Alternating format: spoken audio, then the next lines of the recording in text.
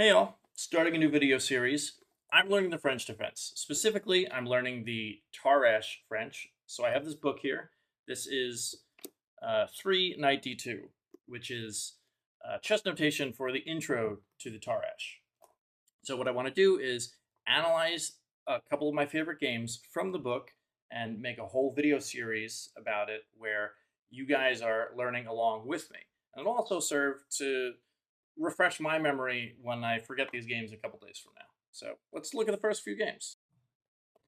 I'm going to be looking at this game from the white side, but the ideas could be applied from white or black through all these games I'm going to be going over in the series. So we're going to get into our Tarrasch. And black goes into this variation that's a little bit odd. Usually black wants to use his c-pawn to fight against white's two-pawn center, but in this variation, he blocks his c-pawn, getting his knight out quickly to pressure this pawn.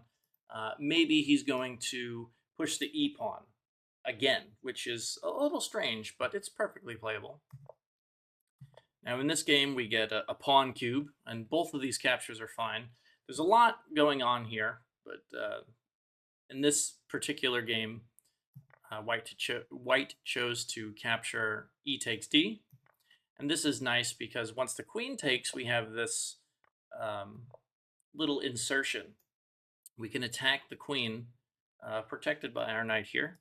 And the idea is white would like to get his queen to the b3 square, and then we'll have this nice battery attacking these 2 points in black's position. So we get a little transformation. Now, white has accepted an IQP structure. So it's going to be a dynamic game where white tries to use the isolated queen's pawn to attack. And black is going to try and weather the initiative and trade off pieces so that he can win the pawn in an endgame. That's usually how these IQPs go. And this is a nice little trick. Black doesn't have a great way to stop this check, so we're not going to leave our queen here because we are going to get attacked, but we're just going to drop back. And now black's wasted a little bit of time. You know, he went out to e6 and then he's come back. We just have this nice pressure here. So white's doing pretty well so far. This is the only way to keep the b pawn defended, and we would be in a lot of trouble if we took this pawn right away. We're not castled yet. You can see if we try to take this pawn right away, our bishop gets attacked, and we try to bail out, but we get hit with this check, and we don't have a great way to deal with this. So this is not the way to go.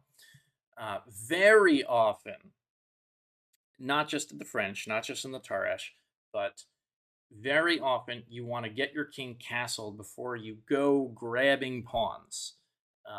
And you want to get the rest of your pieces developed as well. But, this is just a great example of castling first. This is definitely the way to go. And white plays an interesting move. Now, taking the pawn, this is what I would have done all day, any day. You might worry about, oh, what if my bishop gets stuck here? The rook comes over to attack. I mean, at the very least, you could bail out and take this knight here. But white plays a little too slowly. He decides to improve a piece, and you could forgive him because black's got a lot of initiative developing against the white king. You got these bishops pointing down here and this queen looking like it might swing over to h5. So he just wants to put a little more protection on this pawn. But what he's done is he's given black an opportunity to move this pawn out of the way. We can't win this anymore. And now white doesn't have any targets. So this is an equal position, but I would prefer black here because I feel like it's going to be easier to apply pressure to the white king versus white applying pressure to the black king. Let's see. Take control of the open file, and we're developing.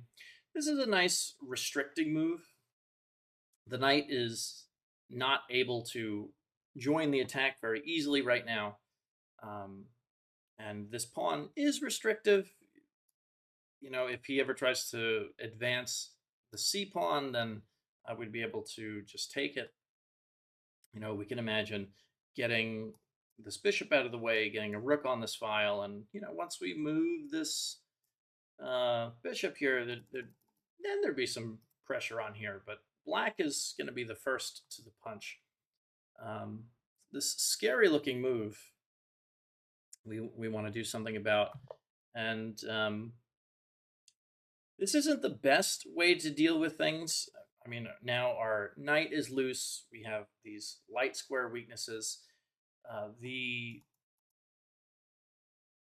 bishop over here, black's bishop, is biting on granite, but now there's a hook, right? The idea in these opposite side castling games, both sides are going to try and you know, initiate a pawn storm. But time is of the essence. You have to be super accurate, because the first person to make contact is often the person who's going to end up doing damage and getting a serious advantage. So black just starts piling it on here. And you can see this is starting to look pretty scary. Here, you know, black comes to attack this hook.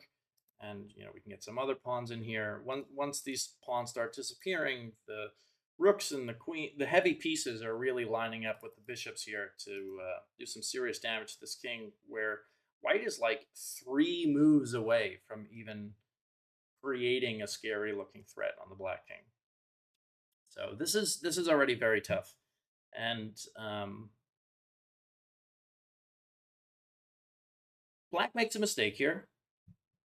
He is looking to generate counterplay at all costs. You know, there's no playing it safe here. He would just lose if he tried something too slow.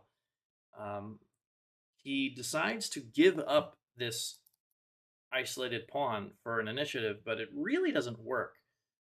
Notice this rook is still sleeping. It's not doing anything. Maybe if the rook was already on the c file, you could consider something like giving up a pawn. And giving up the pawn in and of itself is not a huge mistake. It is not game deciding, but you're going to see that it's like death by 1,000 cuts. So, you know, we have, for one, we have this hook, right, that black can attack with his pawns. We have this knight that is not defended by anything except for the queen. It's not defended by any pawns. It doesn't have a great outpost. Like, it would love to get here. I'm sorry. It would love to get to this e6 square, maybe. But it doesn't have a way to get there. You know, this black knight is doing a great job of controlling this transit square. And you know, so the combination of the pawn hook and the light square weaknesses and this sleeping rook over here and this not very effective knight, now black's advantage is starting to materialize. And we're going to add to that the loss of this d pawn here.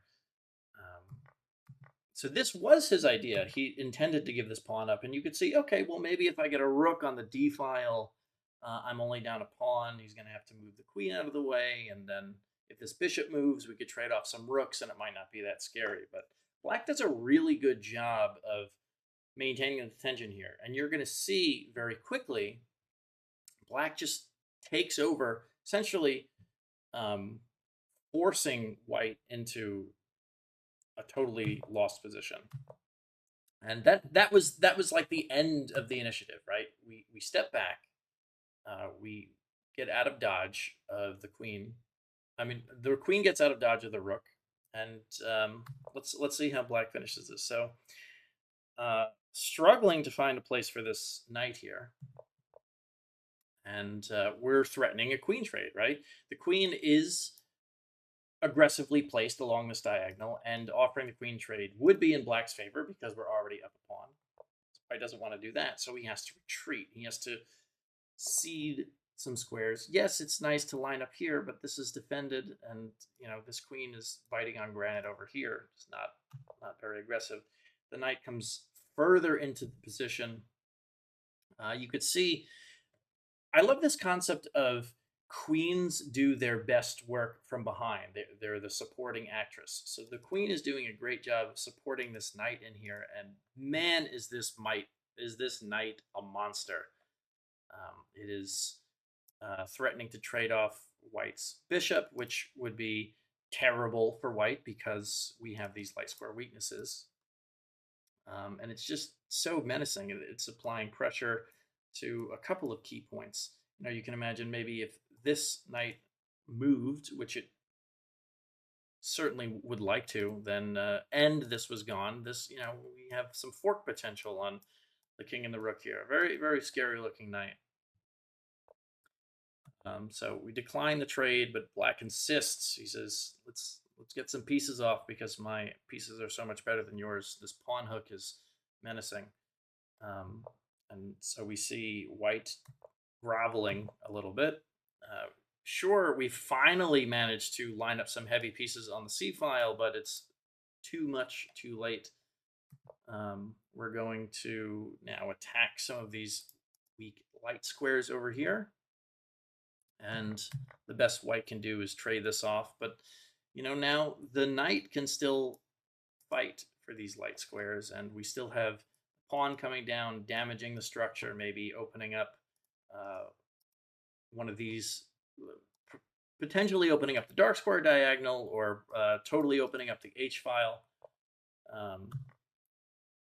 And White didn't want the pawn to make it all the way down to h3, so he decides to trade off. But now you have this this diagonal is open and this file is open. This is indefensible. If we turn on the engine, I'm curious what the evaluation is. Yeah, -4. Material's equal, but the White king is so exposed that there's no chance he's going to survive this attack. So let's wrap things up here. A couple of checks.